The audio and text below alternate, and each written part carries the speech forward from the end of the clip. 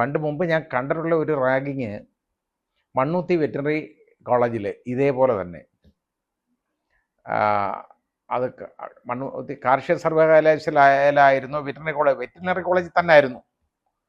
ഞാൻ അന്ന് തൃശ്ശൂർ പ്രിൻസിപ്പൽ ജില്ലാ സെഷൻസ് ജഡ്ജായിട്ട് വർക്ക് ചെയ്യുന്ന സമയത്താണ് ഇങ്ങനൊരു സംഭവം ഉണ്ടായിരുന്നു. അതിലെ പ്രതികൾക്കൊക്കെ മുൻകൂർ ജാമ്യത്തിനൊക്കെ എൻ്റെ അടുത്താണ് അന്ന് വന്നത്, ഒളിച്ചു നടന്നിട്ട്. അതൊരു പാവപ്പെട്ട പയ്യൻ, ഇതുപോലെ തിരുവനന്തപുരത്തുകാരനാണ്, കാട്ടാക്കടയോ ആ ഭാഗത്തുനിന്ന് വരുന്ന ഒരു നെയ്യാറ്റിൻകര ഇപ്രായം തിരുവനന്തപുരത്തിന് ചുറ്റുപാടുമുള്ള സ്ഥലമാണ്, തിരുവനന്തപുരം കഴിഞ്ഞുള്ള സ്ഥലമാണ്. അവിടുന്ന് വരുന്ന ഒരു പയ്യനായിരുന്നു ഇത്, ഒരു പാവപ്പെട്ട പയ്യൻ. അവനെ ഇതുപോലെ അത്ര അതികഠിനമായിട്ട് പീഡിപ്പിച്ച് അവൻ അവസാനം നിവൃത്തിയില്ലാതെ അവൻ ആത്മഹത്യക്ക് ശ്രമിച്ചു. മരിച്ചില്ല, രക്ഷപ്പെട്ടു. അത് കുറേ നാളെ ഇവന്മാർ ജയിലിൽ കിടത്തി, ഞാനും കേട്ടോ. പിന്നെ അന്ന് വളരെ സുന്ദരമായ ഒരു കാഴ്ച ഞാൻ ഈ കോടതി പരിസരത്ത് കണ്ടിട്ടുണ്ട്. അതായത് ഇതിനെല്ലാം കൂടെ കൊണ്ടുവന്ന് മജിസ്ട്രേറ്റ് കോടതി ഹാജരാക്കാനായിട്ട് കൊണ്ടുവരുമ്പോൾ ഈ പോലീസിൻ്റെ വലിയ ബസ്സുണ്ടല്ലോ, അതിന് ഈ സൈഡിൽ വലയാണ്, ഇടയ്ക്കിടയ്ക്ക് ദ്വാരമുണ്ട്. അതായത് ഈ റൈഫിളിൻ്റെ കുഴൽ വെളിയിലേക്ക് നീട്ടാനുള്ള ദ്വാരങ്ങൾ. അപ്പോൾ ഇവന്മാരെ ഇതിനകത്ത് കൊണ്ടുവന്നിട്ട് ജയിലിൽ നിന്ന് കൊണ്ടുവന്ന് അവിടെ കോടതി ഹാജരാക്കാൻ കൊണ്ടുവരുന്ന എല്ലാം കൂടി ഇരിക്കും. അപ്പോൾ ഈ അച്ഛനും അമ്മയൊക്കെ അവരൊക്കെ നല്ല സാമ്പത്തിക ശേഷിയൊക്കെ ഉള്ള ആളുകളാണ് എല്ലാം. ഇവർ ചുറ്റും വന്ന് ഈ വണ്ടിയുടെ അവിടെ വന്ന് നിന്നിട്ട് ഈ നമ്മുടെ ഫാൻറ്റ, കൊക്കക്കോള മുതലായ വലിയ വസ്തുക്കൾ ഉണ്ടല്ലോ, ഇത് ഈ കുപ്പിക്കകത്ത് ട്യൂബ് ഇതിൻ്റെ വലയിൽ കൂടെ അകത്തോട്ട് ഇവന്മാർക്ക് വായിലോട്ട് വെച്ച് കൊടുക്കുന്ന ഒരു കാഴ്ച എനിക്ക് കണ്ട് വളരെ ഞാൻ സൂചിച്ചിട്ടുണ്ട് കേട്ടോ.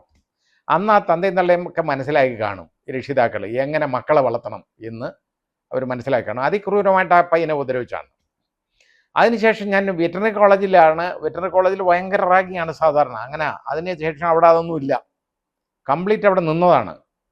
എന്തായാലും ഞാൻ ആ തൃശ്ശൂരിൽ നിന്ന് പോകുന്നത് വരെ പിന്നെ അവിടെ അങ്ങ് ഒരു സംഭവം നടന്നിട്ടില്ല. വെറ്റിനറി കോളേജിൽ ഞാൻ അതിനെ ക്ലാസ് എടുക്കാനും പോയിട്ടുണ്ട്, റാഗിങ്ങിനെ സംബന്ധിച്ചിടത്തോളം. റാഗിങ്ങിനെതിരായിട്ടുള്ള ബോധവൽക്കരണത്തിനും പോയതാണ്. ഇതൊക്കെ ചെറുപ്പക്കാർ യവന്മാർക്ക് പഠിക്കുന്നവരാണ്, ഈ വെറ്റിനറി കോഴ്സിന് പഠിക്കുന്നവരല്ലേ, അവർക്കറിയാൻ വയ്യാത്തതല്ലല്ലോ. ഇതുപോലൊരു മനുഷ്യ ശരീരത്തിൽ ഇതുപോലെ ആഘാതങ്ങൾ ഏൽപ്പിച്ചാൽ സംഭവിക്കുന്ന പ്രത്യാഘാതങ്ങൾ എന്തൊക്കെയാണെന്ന് അറിയാൻ വയ്യാത്തവരൊന്നും അല്ല അവരറിഞ്ഞുകൊണ്ട് ചെയ്തതാണ്. അതിന് അത്രത്തോളം വലിയ നടപടി ഇവരുടെ പേരിൽ എടുക്കണം. നടപടി എന്ന് പറഞ്ഞാൽ ഇത് കൊലപാതകമാണ്, അത് ആ രീതിയിലുള്ള തെളിവെടുക്കണം. ഒരു കാരണവശാൽ ഇതൊന്നും ആത്മഹത്യയല്ല, ആത്മഹത്യ എന്നുള്ള രീതിയിൽ ഇത് എഴുതി തള്ളരുത്, ആത്മഹത്യയാകരുത്. ഇത് ആത്മഹത്യാ ആത്മഹത്യയിലേക്ക് തള്ളിവിടുന്ന ഒരു ഒഫൻസ് 306 മാത്രമല്ല, ഇവിടെ 320, അതായത് 323 വരും, 325 വരും, 326 വരും. അതേപോലെ തന്നെ 307 കൊലപാതക ശ്രമം, 302 കൊലപാതകം, ഇത്രയും വകുപ്പുകൾ ഇതിൽ വരും. അതും കൂടാതെ റാഗിങ്ങിനെതിരെ ആൻറ്റി റാഗിങ്, ആ റാഗിങ്ങിൻ്റെ ആ സെക്ഷനും അതും വരും. ഈ ഒഫൻസുകളെല്ലാം കൂട്ടിച്ചേർത്തിട്ട് ഇവനെ ഒന്നും പുറത്തിറങ്ങാൻ അനുവദിക്കരുത്. അതിനുള്ള യോഗ്യതയുള്ളവന്മാരല്ല ഇവർ, ഇത് മനസ്സിലാക്കാൻ കഴിവില്ലാത്തവരല്ല. അവർക്ക് ഇപ്പോൾ നിരക്ഷരരായിരുന്നെങ്കിൽ നമുക്ക് പറയാം ഇവർക്ക് ഇതിൻ്റെ അനന്തരഫലങ്ങളെക്കുറിച്ച് അറിഞ്ഞുകൂടാരെന്ന് പറയാം. ഇതങ്ങനല്ല.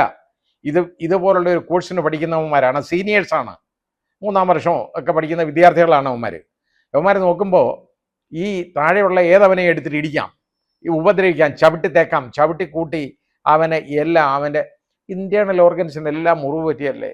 ആലോചിച്ച് നോക്കിക്കോളൂ.